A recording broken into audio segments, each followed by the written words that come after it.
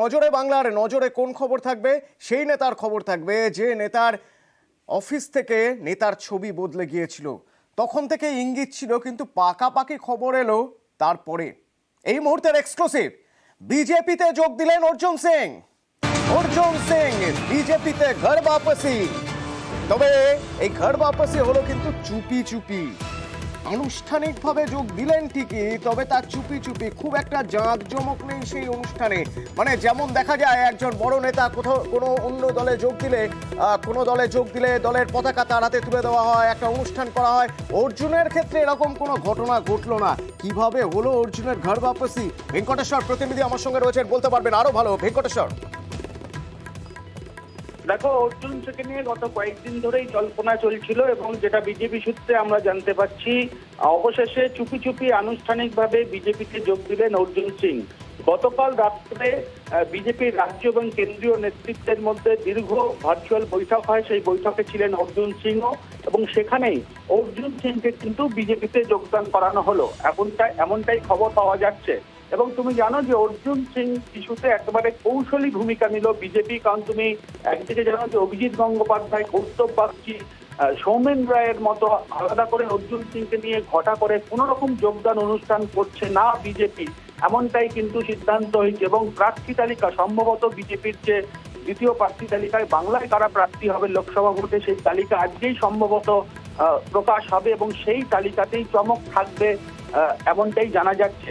এই কৌশল কেন, এই চুপি চুপি ঘর বাপসির কৌশল কেন বিজেপির? তাহলে কি বিজেপি এখনো পর্যন্ত কোথাও দ্বিধায় রয়েছে, অর্জুন আবার পাল্টি না খায়?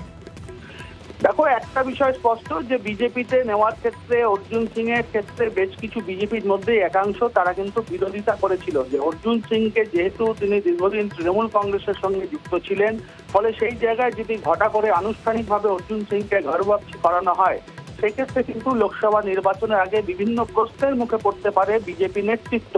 সেই জায়গা থেকে দাঁড়িয়েই কিন্তু কৌশলী ভূমিকা নিল বিজেপি নেতৃত্ব, এমনটাই রাজনৈতিক মহল মনে করছে।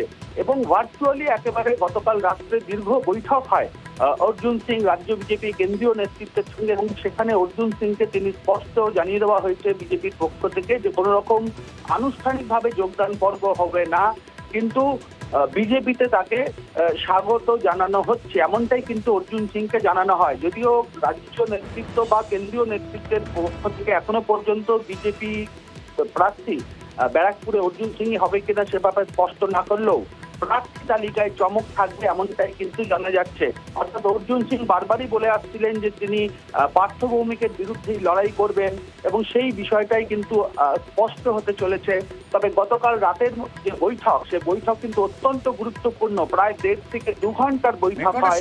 বাংলায় বোধহয় এই ধরনের ঘটনা এই প্রথম হলো যে একজন হেভিওয়েট নেতাকে দলে নিতে গিয়েও কিন্তু বিভক্ত বা দ্বিধাগ্রস্ত বিজেপি, তারা সরাসরি আনুষ্ঠানিকভাবে হাতে পতাকা তুলে না দিয়ে চুপি চুপি রাতে ভার্চুয়ালি যোগ দেওয়ালেন অর্জুন সিংকে।